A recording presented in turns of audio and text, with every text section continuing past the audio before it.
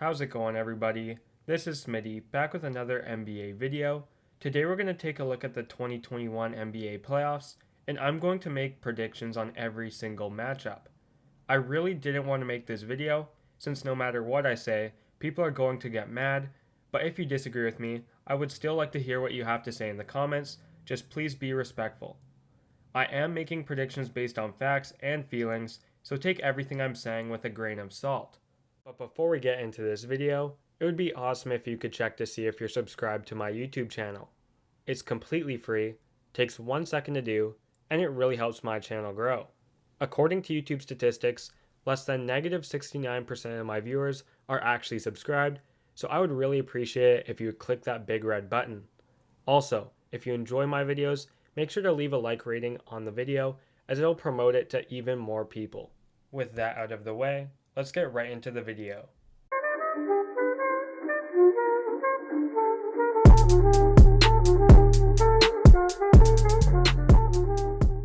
Starting off in the first round of the Western Conference, we have the Utah Jazz versus the Memphis Grizzlies. Even though Memphis has been playing really great lately, they beat the Spurs and the Warriors to make it into the playoffs, I still don't think in any circumstance they can beat this Utah Jazz team. The fact that Donovan Mitchell is supposed to play pretty much seals the deal for Utah. If Don wasn't playing, the series could be a toss-up, considering Ja would be the best player in the series, but because Donovan Mitchell's playing, there's pretty much no world that the Memphis Grizzlies can upset the Utah Jazz. That's why I got the Jazz in 5. I think Memphis actually could take game 1. Donovan Mitchell might be a little bit rusty coming back from his injury, but after that, I see the Utah Jazz royally sweeping the Memphis Grizzlies from games 2 to 5. As for the key players, on Utah, I got Mike Conley pretty much throughout the playoffs. I know Donovan Mitchell's going to get buckets against pretty much any team, and Rudy Gobert, they don't really rely on him on offense, and he's always been a consistent, great defender. But Mike Conley's the third best player on this Utah team. He has the experience, but I really don't know if he can be that secondary scorer behind Donovan Mitchell. If Mike Conley doesn't show up, there will be a little bit of space for the Memphis Grizzlies to maybe take a couple games, but I still don't see that happening. As for Memphis, their key player is obviously Ja Morant. He's very young. You don't really expect young players to lead teams like he has so far, but he's going to have to drop like 40 points a game in order to beat this Jazz team. The second matchup in the Western Conference for the first round, we have the Los Angeles Clippers versus the Dallas Mavericks in a rematch from last season. I'm pretty sure the Clippers won last season in 6 games, maybe it was 7, I can't quite remember. But in this series, I still have the Clippers winning it in 7, despite Dallas being a better team. The biggest question in this entire series is whether or not Kristaps Porzingis will be healthy and firing on all cylinders. If he is, this series could definitely sway in Dallas's favor. Kristaps, when healthy, is a really, really good defender. I think that's the most underrated part of his game, and we all know this dude can shoot lights out from 3, and even from way deep from 3. As for the Los Angeles Clippers, their key player is obviously Paul George. Maybe not as key as Kristaps, but Paul George hasn't been very consistent this season. He'll drop 30 points a game one night and then 10 the next. So if Paul George is playing somewhat adequate and can take that second best player spot on the Clippers, I don't see them really losing to the Mavericks. There is a case where if Luka Doncic just goes absolutely absurd and Kawhi doesn't play good, maybe the Dallas Mavericks can also slip in. But I really think the key matchup for both teams is Kristaps and Paul George, because if Kristaps is playing good, this series is basically a coin toss. As for their benches are both not very deep. Even their starting lineups aren't very deep. The Los Angeles Clippers' third best player is Serge Ibaka, which Serge is an okay player, but you really don't want to be seeing him as your third best player on your team. And as for Dallas, guys like Jalen Brunson and Josh Richardson are pretty good, but I don't really know if they're good enough to be starters on a team that's going to make a deep playoff push. The next first round matchup in the West, we got the Nuggets versus the Blazers. This series is another coin flip because in all honesty, Denver without Jamal Murray really opens up the door for Portland. If Denver did have Jamal Murray, I think this series would be over in 5 or 6 games, but man, this is going to be a great series. I got Portland barely narrowing out the Nuggets in 7, but like I said earlier, I wouldn't be surprised if Denver takes the win anyway. As for the key players, for Denver, I have Campazzo as their number one key player. The reason why I have Campazzo as their key player is they're really missing some leader at the point guard spot without Jamal Murray. I know Campazzo has been playing pretty good when Jamal has been absent, but I really need to see it in the playoffs. Campazzo is a horrible defender. Even though he has great timing, he's just way too small. And I think that Damian Lillard is going to get so many buckets on him. Or CJ McCollum, whoever they put Campazzo on. But if Campazzo can run the Denver Nuggets offense and can make shots, can make great passes, I think that Denver still has a pretty solid chance. As for the Portland Trailblazers, their key player is obviously CJ McCollum. Damian Lillard will get buckets no matter who's guarding him. You could put the best defender on him, he's still dropping 30. But McCollum, he's not quite as consistent being their second option. I know they have other great scorers like Norman Powell and Carmelo Anthony. Even Yusuf Nurkic is a great scorer. But they do need some scoring out of CJ McCollum. He's got to average at least 20 points per game in order for Portland to edge out the Denver Nuggets. Also, there are some very other interesting dynamics in this series. We're going to get to see Michael Porter Jr. shine for the first time, and Aaron Gordon actually making the playoffs will be interesting to see. The final first round matchup in the West, we got the Suns versus the Lakers. This series is pretty interesting. I got Lakers in 6, but it could definitely go to 7 games. I still don't see Phoenix edging out the Lakers, but regardless, I think it will be a competitive series. As for the key players in this series, for Phoenix it's obviously Devin Booker. He completely carries the scoring load on this team, even though Chris Paul runs the offense. If Devin Booker can drop 25 plus a game, Phoenix actually has a chance. And I do think that that's possible from Devin Booker. He's been averaging it this season. And honestly, this guy can heat up at any moment in the game, and the tides of the game completely shift.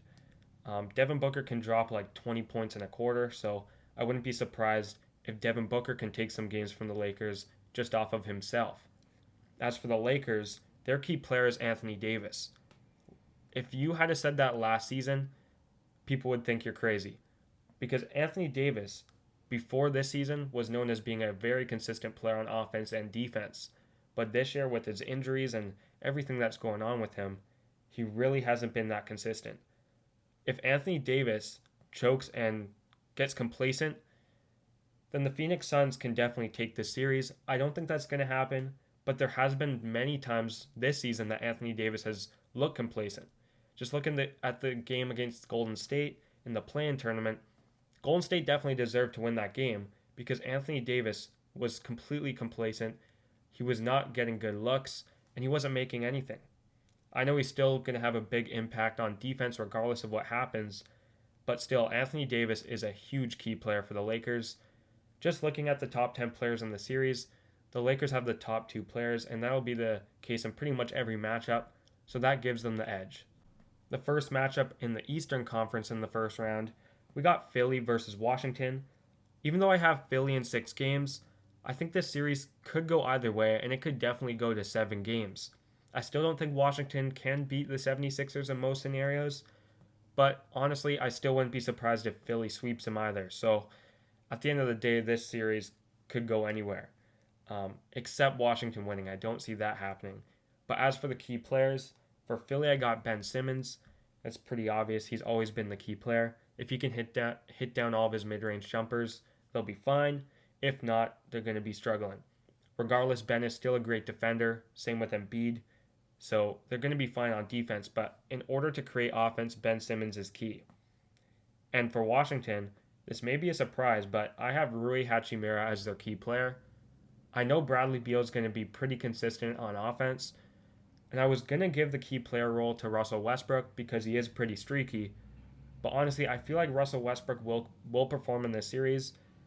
Maybe not in terms of efficiency, but I think that if Russell Westbrook isn't playing too good, he will defer to Bradley Beal, and he'll get rebounds, he'll make plays for other players, and he'll still be impactful. But Rui Hachimura, I'm not quite convinced he can be impactful every night. If he is, he could be the decision maker for the series, But if not, I don't think Washington can really take any games from Philly unless Bradley Beal and Russell Westbrook go off on the same game. Looking at these teams' benches, they both aren't very deep, especially Washington. Their bench is completely dry. But honestly, I still think that the 76ers will have a huge advantage over Washington. Washington doesn't have anyone who can contain Embiid, and Philly does have some good defenders on the perimeter like Ben Simmons that could maybe take care of a guy like Bradley Beal. The next first round matchup we have in the East is the Knicks versus the Hawks. This series is going to be very close. I have Atlanta taking it in 6, but that's just based off the fact that their offense will remain efficient. You really don't know in the playoffs if teams like Atlanta can translate. But a team like the Knicks, I do think will translate. So honestly, I could definitely see the Knicks winning it in 7 or 6, but I still have Atlanta in 6 because of their skill. Just looking at the top 10 players in the series, Atlanta pretty much dominates the Knicks. So they have 6 of the top 10 players in the series. Their bench is absolutely stacked. So I have the edge to Atlanta. But I do think New York does have a chance. I think their defense is going to translate to the playoffs. And if Atlanta's offense doesn't translate, it's definitely the Knicks series to take. As for the key players, on New York I have Julius Randle. I was going to say RJ Barrett, but in reality, Julius Randle has to outplay Trae Young in order to win this series. And it's just that simple. And for Atlanta, I have their key player as Lou Williams coming off the bench. I think if Lou Williams can get them 15 plus points a night off the bench, that'll be the offense they need to edge out the Knicks. The next first round series we have in the East is the Milwaukee Bucks versus the Miami Heat, which will be a rematch from last year. Even though Miami absolutely dominated Milwaukee last season, I think that this series will be way closer, and I have Miami barely winning in 7 games. I think that Milwaukee could still win the series, definitely. Honestly, I wouldn't be too surprised, but I still do have Miami in 7 despite the addition of Jrue Holiday. I think that Miami's team chemistry is better than any team in the league, and I think they have the perfect pieces to stop Giannis, as they showed last season. Giannis still hasn't gotten much better at free throw shooting and shooting in general, so I think that Miami still has the edge in crunch time. The key players in this series are Giannis and Tyler Hero. I have Giannis from Milwaukee for obvious reasons. If he can hit his free throws at the end of games, I think that the Milwaukee Bucks have an easy series win, but I just don't see that happening. He's like a career 68 or 69% free throw shooter, and that's not reliable enough to actually win games in crunch time. As for Miami, they got Tyler Hero as their key player. Although there's a bunch of other guys who could definitely be the key player, you could say that any of their 4 guards could be the key player. But at the end of the day, Miami needs at least one of these guards to step up and outperform Jrue Holiday. If that happens, the Miami Heat will be sitting in a good position because they have the heart and the hustle in guys like Jimmy Butler and Bam Adebayo. So if they can be knocking down their 3-pointers, they're going to make this series very interesting. And the final first round matchup we got is the Brooklyn Nets versus the Boston Celtics. Not too much to say here. I got Brooklyn in 5 games. Honestly, this series won't be close at all. I wouldn't be surprised if Brooklyn sweeps Boston, but I have them in 5 because I think Jason Tatum and Kemba Walker have a chance to go off in one game and maybe take it from the Brooklyn Nets. But I don't think the Brooklyn Nets are stressing about this series at all. Jaylen Brown isn't even playing. And I think we can basically just wrap up this series there. The first second round series we got in the West is the Utah Jazz versus the Los Angeles Clippers. I think this series is going to be pretty close, but I do have the Clippers winning it all in 6. If you're just looking at the top 10 players in the series, the Clippers definitely dominate up front, and even though Utah has a substantially better bench, featuring guys like Jordan Clarkson, Bogdanovich, and Joe Ingles, I think that the Clippers' star power is just too much for Utah. Not to mention that Utah doesn't have too much experience in the playoffs, and the Clippers have proven champions like Kawhi Leonard leading them. As for the key players, for Utah it's obviously Donovan Mitchell. He's going to need to absolutely dominate games on offense in order for them to have a chance. We know Rudy Gobert will be solid on defense for the most part. Mike Conley is a great leader, but Donovan Mitchell really has to be the initiator for the Utah Jazz. And for the Clippers, their key player is almost always Paul George. If he's playing good, this team's very, very hard to beat. But the thing is, can his consistency actually be a thing these playoffs? We haven't seen Paul George be consistent since his days in OKC, and some would argue his Indiana Pacers days. If Paul George can step it up these playoffs, the Clippers are going to breeze through the first couple rounds. The next second round series we have in the West is the Blazers versus the Lakers. Even though the Blazers are a team that I think can get out of the first round, I think they're going to get absolutely dominated by the Lakers if they face. I got the Lakers winning the series in 5 games, and they could maybe even sweep it. The reason why I say this is the Lakers are just too star-studded up front. The Blazers pretty much have nobody who can guard LeBron and AD. And sure, you could say, hey, the Lakers have no one who can guard Damian Lillard and CJ McCollum, but in fact they kind of do. Alex Caruso is a decent defender. Dennis Schroeder can contain one of them. And in reality, the Lakers' mismatches are way worse than Portland's mismatches. And even taking mismatches out of the equation, the Lakers just are a better team in general. As for the key players, in order for Portland to take a game from the Lakers, they're going to need CJ McCollum to absolutely light it up. We know Damian Lillard's going to probably average 25 plus per game. But like I said earlier, CJ McCollum has to average 20 plus points per game in order for Portland to win some games. And for the Lakers, their key player is obviously Anthony Davis. If Anthony Davis plays at least mediocre, the Lakers will absolutely dominate this series, as they literally have nobody who can stop Anthony Davis. The first second round series we got in the East would be the 76ers versus the Hawks. This is another series that I think will be taken handily by the Philadelphia 76ers in 5 games. I think that this series will be even less competitive than their matchup against the Wizards. As for the key players, Philadelphia's is obviously Joel Embiid. The Atlanta Hawks really don't have anyone to stop him. I don't know if anyone really has a guy that can stop Joel Embiid. So I think he's just going to go on an absolute tear. As for Atlanta, their key player is also their best player in Trae Young. Trae Young may be able to have a mismatch. It'll be weird to see if they put Ben Simmons on him or not. If they put Ben Simmons on Trae Young, he's going to have a difficult time. But if he's able to persevere through all of that, they may be able to take a couple games from the 76ers, but Trae Young would have to absolutely go off, and guys like John Collins would have to step up. Just looking at the top 10 players in the series, Philadelphia has 3 of the top 4 players, so that star power is just something that cannot be messed with the Hawks. The final potential second round series we're going to be going over is the Brooklyn Nets versus the Miami Heat. If this series comes to fruition, I got Brooklyn absolutely dominating this series and taking out the Heat in 5 games. Honestly, it's not even Miami's fault. I actually have Miami coming out of the first round against Milwaukee. I think they're a very good team, but there's just 2 different levels to these teams. Even if Miami's able to edge out Milwaukee, the talent that Brooklyn has is just unfathomable. I don't think we've ever seen a team with this much star-studded power. It's just insane. Looking at the top 10 players in the series, the Brooklyn Nets almost have the top 3 players. Obviously, I think Jimmy Butler is a little bit better than Kyrie, but still, in pretty much every series, the Brooklyn Nets have at least the top 2 best players. And as for the key players, if Kyrie Irving plays decent, they're going to absolutely dominate, because we know James Harden and Kevin Durant are going to be themselves on offense. And for the Heat, in order for them to take a couple games, or at least 1 game from the Brooklyn Nets, they're going to need one of their guards to step up. In this case, I think Tyler Hero has the greatest chance of doing that. You could also put in a guy like Goran Dragic, Duncan Robinson, Kendrick Nunn. If any of those 4 guys start catching on fire and just absolutely bombing threes, then they could definitely take a game from Brooklyn. But even though Miami has good defense, I don't think they can contain this Brooklyn Nets team.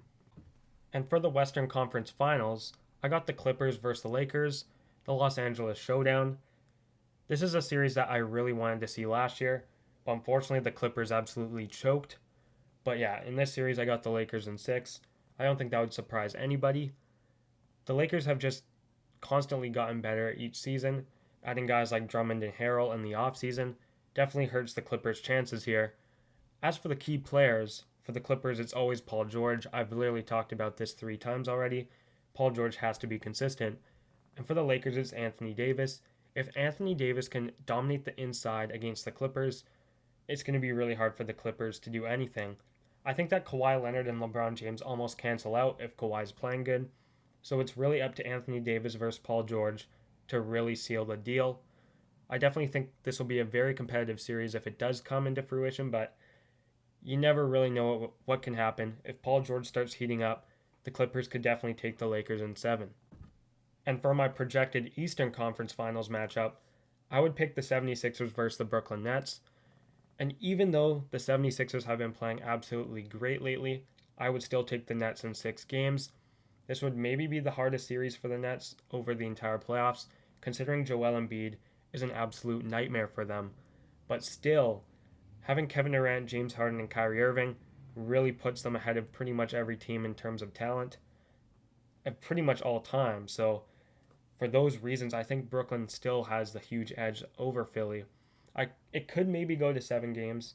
Embiid would have to absolutely dominate. I think he will dominate, but he would have to be averaging like 40 points per game in order to make that happen, which is still possible considering the Nets have no great interior players on defense. But regardless, I think the key player for Philly is Joel Embiid. Like I said, he's going to have to play like a menace. And for Brooklyn, it's Kyrie Irving again. If Kyrie Irving can just keep his offense consistent, not cause any problems for them, they'll just be absolutely breezing through the playoffs. And for my NBA Finals projection, I got the Nets versus the Lakers, and I got the Nets winning this series in 6 games.